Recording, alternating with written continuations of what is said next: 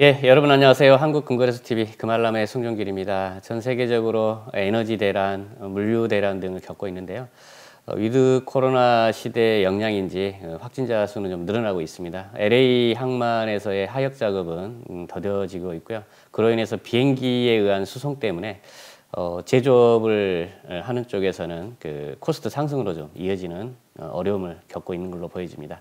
자, 한 주간의 이슈, 해외 반응 짚어보도록 하겠습니다. 예, 앞서 에너지 대란에 대해서 언급드렸었는데요. 석탄가스 공급 부족 우려 등의 서부 텍사스유 같은 경우는 주중에 한때 배럴당 82.28달러를 갔고요. 중국은 산시성 홍수 여파로 석탄 채굴이라든지 보크사이트, 산화 알루미늄 광물이죠. 알루미늄을 생산하는 채굴이 원활치 않았다가 이번 주 들어서 재개를 했다라고 합니다.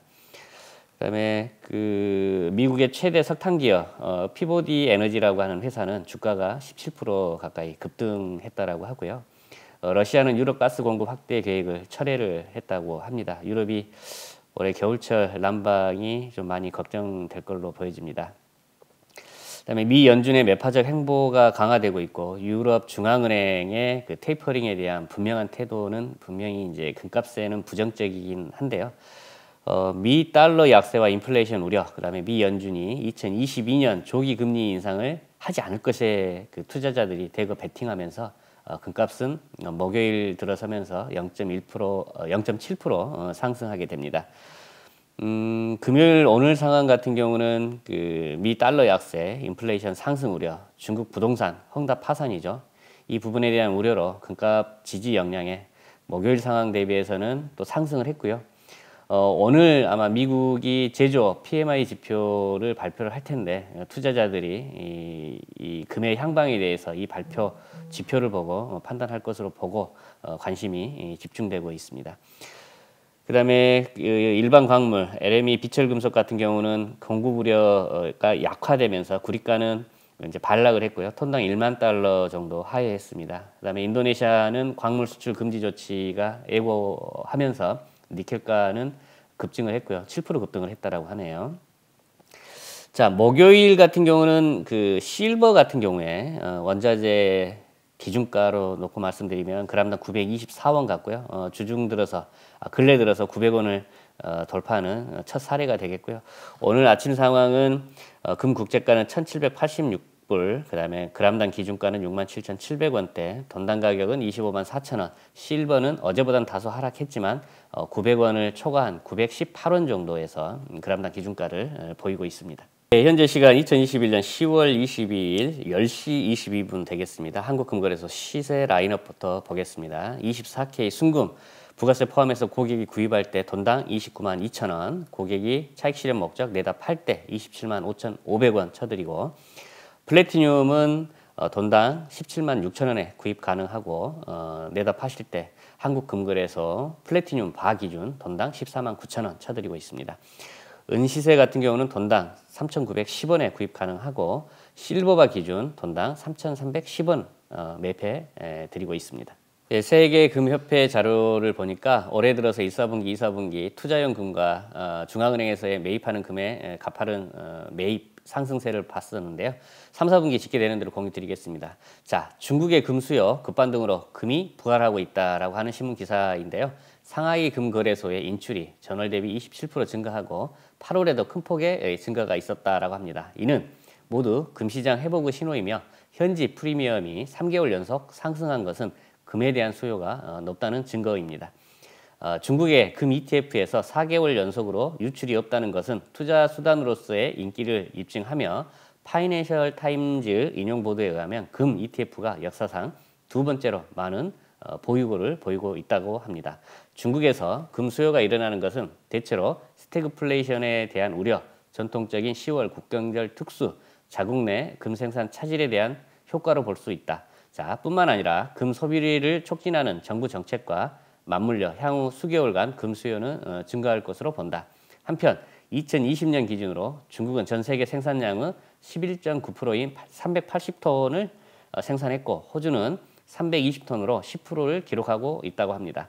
인도의 금 ETF도 9월에 6천만 달러가 신규 유입됐는데 이는 8월에 319만 달러보다 20배 가까이 늘어난 금액이고 다른 나라의 ETF는 거래량이 적어 선물 거래를 중단한 상태입니다. 미국의 금 ETF 역시 올해 7% 이상 감소했다고 합니다. 자, 중국과 인도가 전 세계 금 소비량을 50%를 차지하고 있죠. 중국과 인도에서 좀 금의 소비가 살아나고 있다라고 하는 그런 기사가 되겠습니다. 예, 연초에 뉴 그린 정책, 친환경 정책에 힘입어 세계의 은 소비량이 증가가 되고 실버 가치가 올라갈 것이라는 예측 기사를 많이 내보냈었는데요. 코로나에 대한 어떤 회복이 좀 늦어지고 있는 영향으로 실버 사용량이 그렇게 많이 늘어나지는 않는 상황으로 보여집니다. 실버에 대한 관심을 가지고 계실 것 같아서 신문기사 요약해 보겠습니다. 실버의 방향 전환 26불로 회복할 것이다라고 하는 부분인데요. 코베르즈 방크의 기술 분석팀은 은이 4개월간의 하락세와 55일 이평선을 뚫어냈으며 향후 상승할 것으로 예상했답니다. 최근 최고가였던 온수당 24.95의 저항선이 있지만 이는 200일 이동평균선에서의 보이는 온수당 25.56과 온수당 26.071불까지 연결됩니다.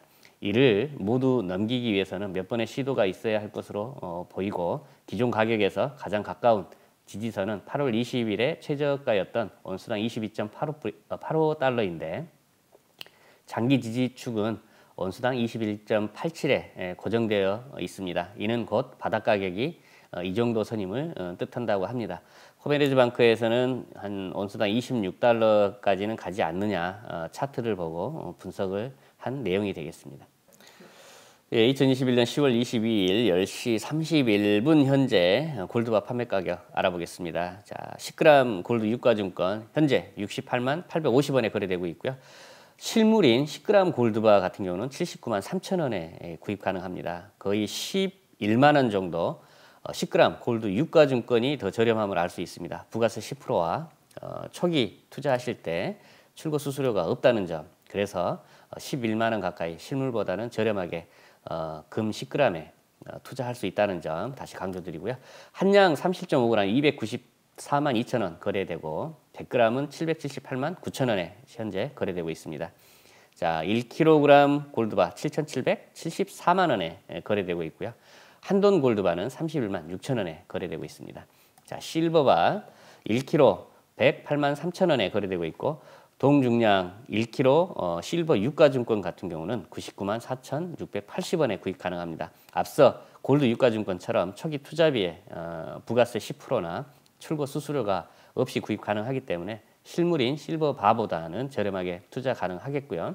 50개 묶음 1kg 실버바 5,378만 8천 원에 거래 가능하고요. 100개 묶음 판매는 1억 717만 8천 원에 거래 가능하겠습니다.